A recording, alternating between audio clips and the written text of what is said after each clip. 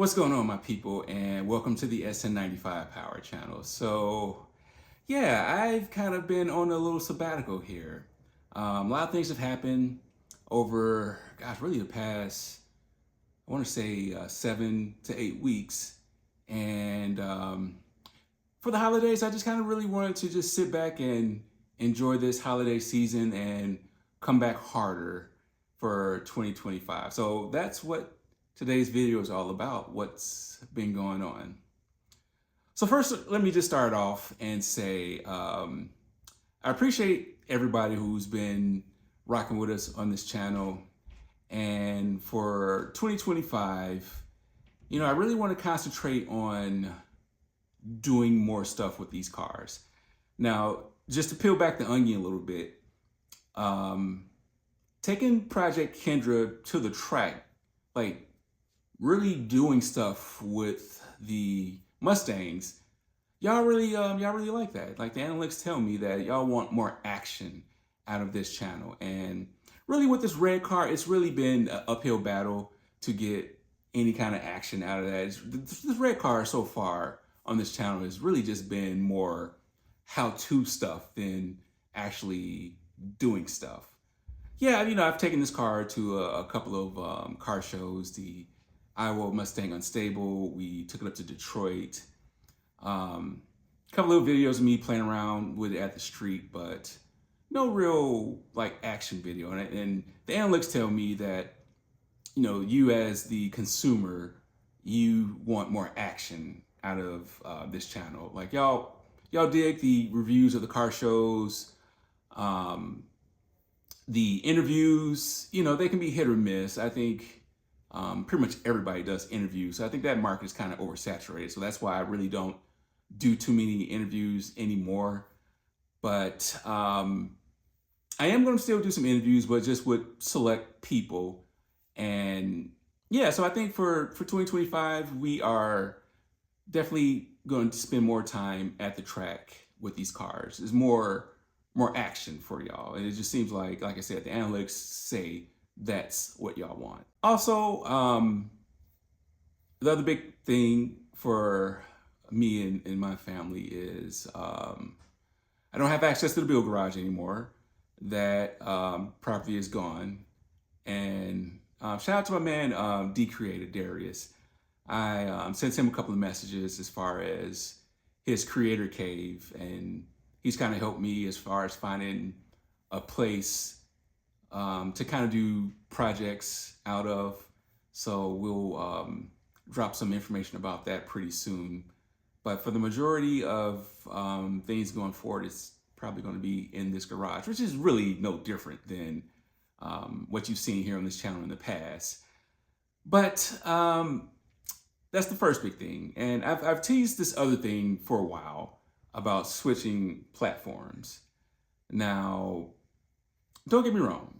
I love this small block Ford that I have in this car. I love the sound of a small block Ford.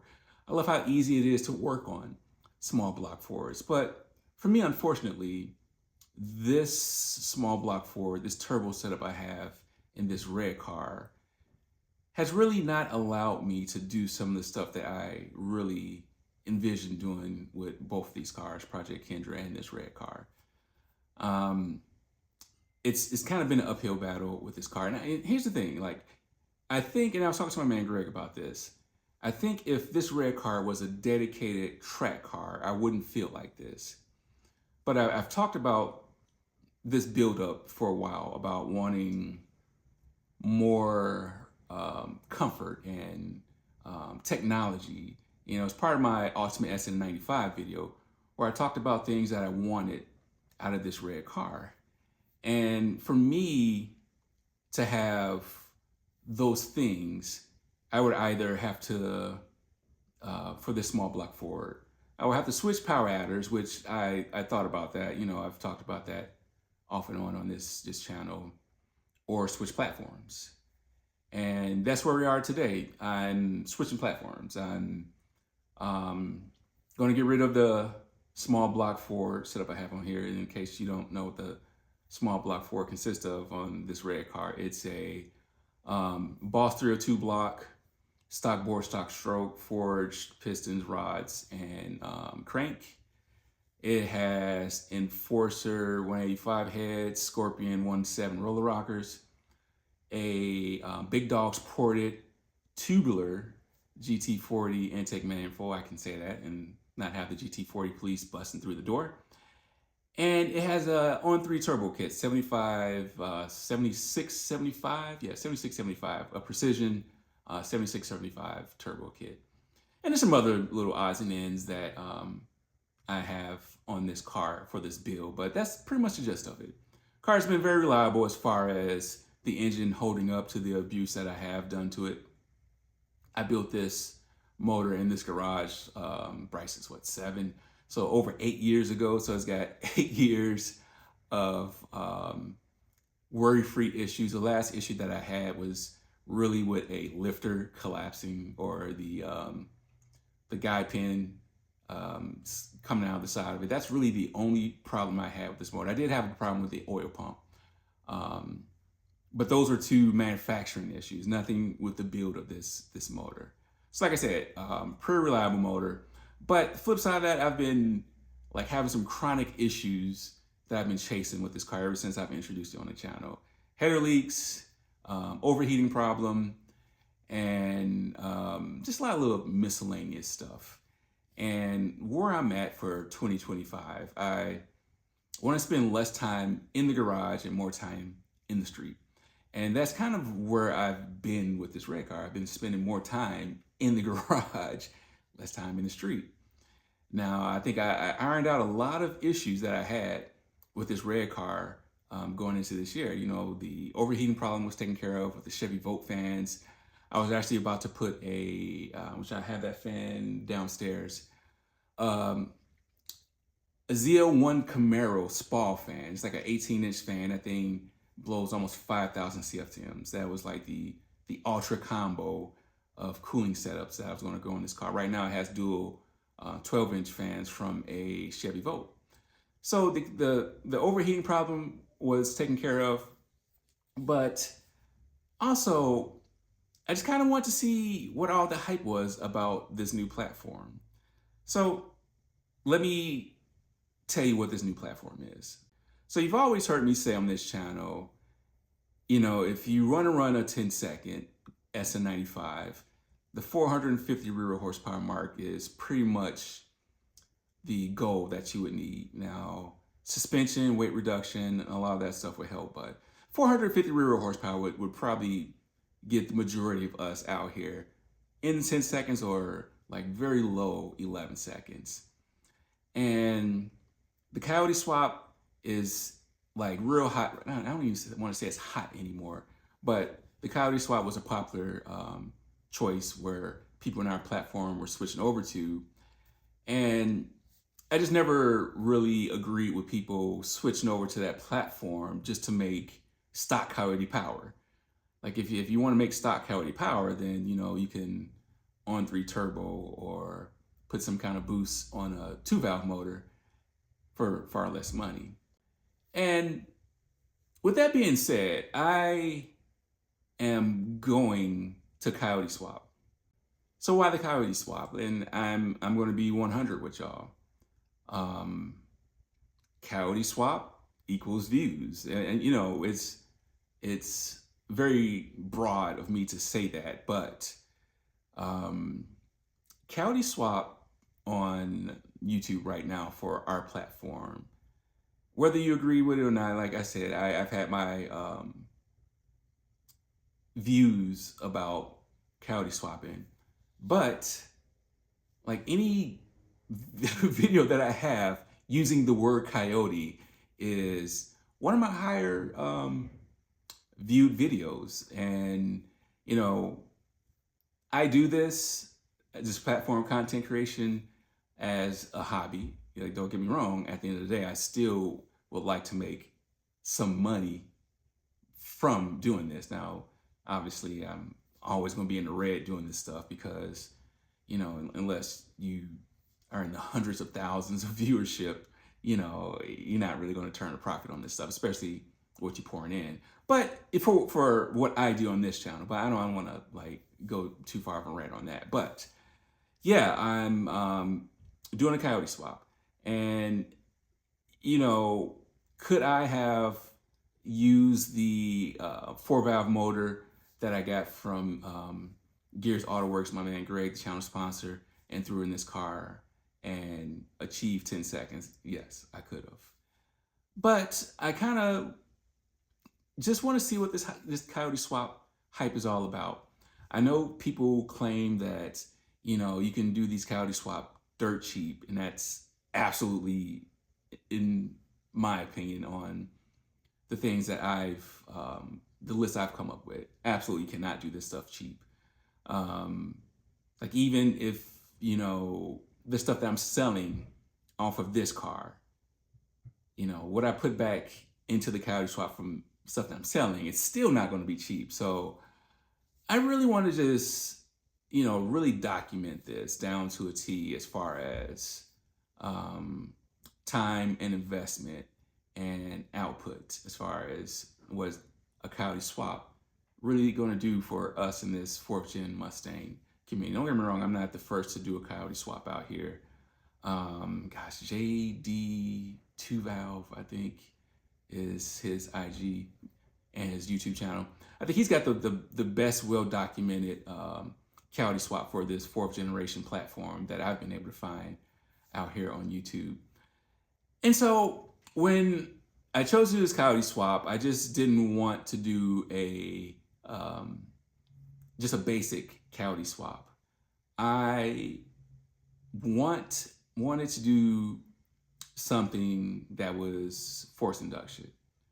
Now, the crazy thing is, forced induction on Coyotes is just like crazy expensive. Like, even if you went with the On3 Turbo kit, I think On3 Turbo has a swap kit, and you know, that's like $3,500. You look at Whipples, VMPs, Roush, you know, that's $6,000 and above to do one of those.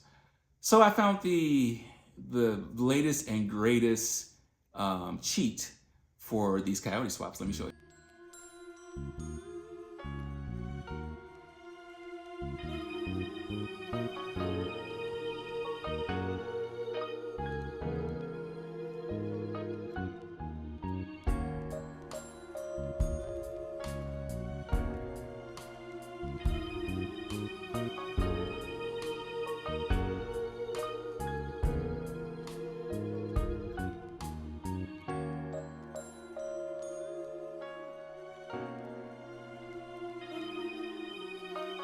Yeah, so this is what we're gonna rock with, and it's super easy doing this on a Gen 1 Coyote, and that's what we're gonna do. We're gonna do a 11 through 14 Gen 1 Coyote. I'm not gonna get into very much of the specifics on how we're gonna do this. I am gonna rock a 4i70W because I'm gonna go with the Holley Terminator X instead of the control pack. I just like the features that the Holley gives you over the control pack. So we'll do another video explaining more of that. But, you know, for me, going with this platform is just going to allow me to have less worries about taking this car out and going to the track. Not that you can't build a small block Ford to be worry-free. So don't get me twisted and saying that you can't build a small block Ford to be reliable. Like I said, I've had this car 8 years and no issues with the engine. The problem has been just miscellaneous stuff. And I think if I would have went with like a supercharger or something like that, then a lot of problems that I had on this car would not be a problem. But like I say, when it really comes down to it, you know, it's a business decision on doing this. And like I said, I just really want to see what this Coyote hype is all about. And this is going to allow me to do a lot of track days and dyno pulls. And, you know, the F-150 Coyote, which I'm going to go with, you know, the price of those are coming down pretty reasonable now. we'll go over some prices on what I found and what I'm going to use. But the idea of using this is going to allow me to do more track days.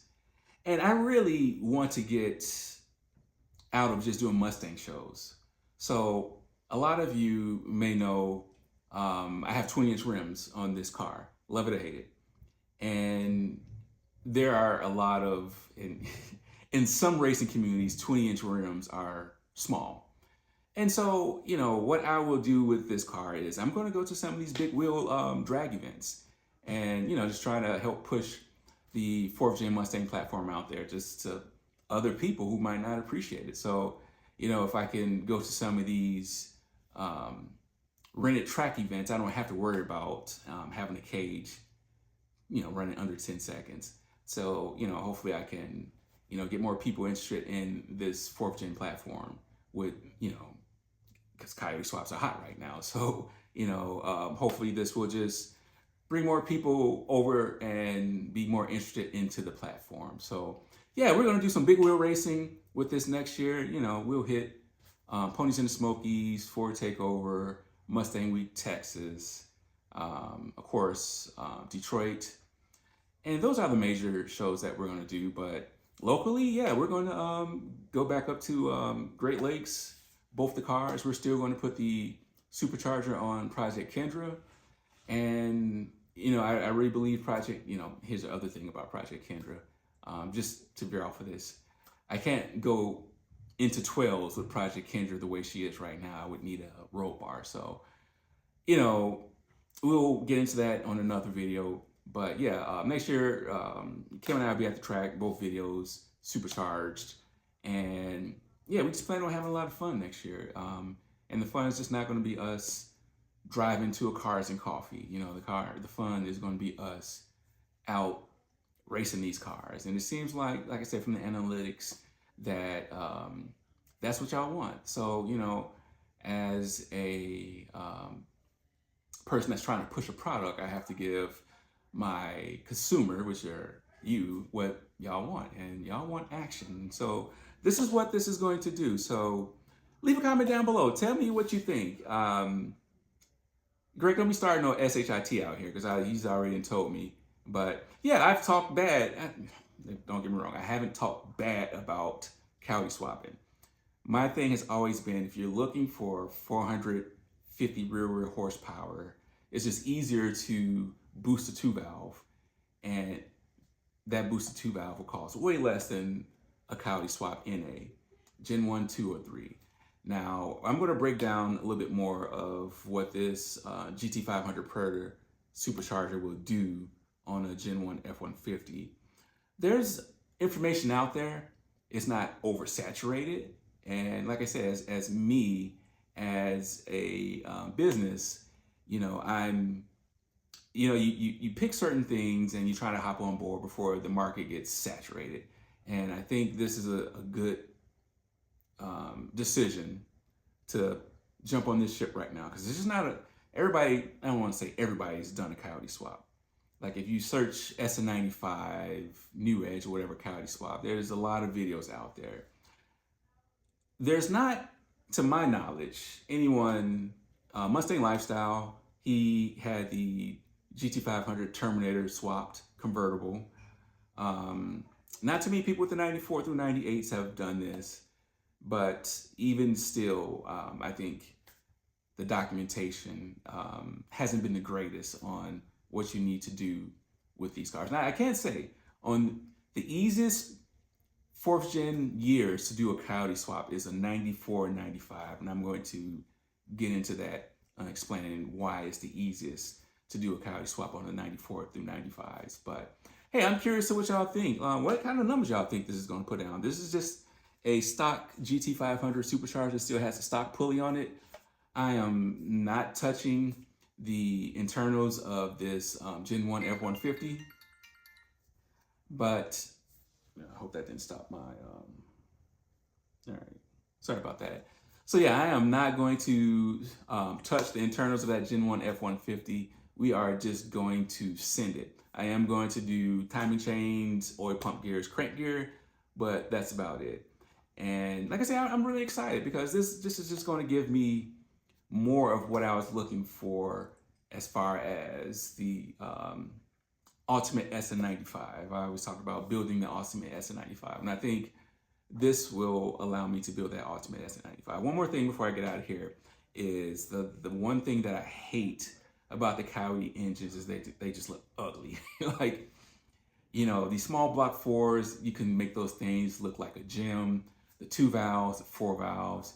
We have some very beautiful engine bays using those platforms, but I've never seen a Coyote engine bay where I was just like, oh wow, that's dope. That looked better than a, like I said, a small block 4, 2 valve or 4 valve mod motor. So I've got some ideas of what I'm going to do to try to make that engine bay look better with this thing and the Coyote sitting in the engine bay. That's actually going to be the first thing that I do is I'm going to spray this. Now, I have a Tubular GT500 that I sprayed using some Port 15. We'll go into that. So, you know, the order of operations first is get the timing cover, valve covers, get all that stuff painted, get the electronics part taken care of. I got to pull this old motor, get that out. We're going to respray the engine bay.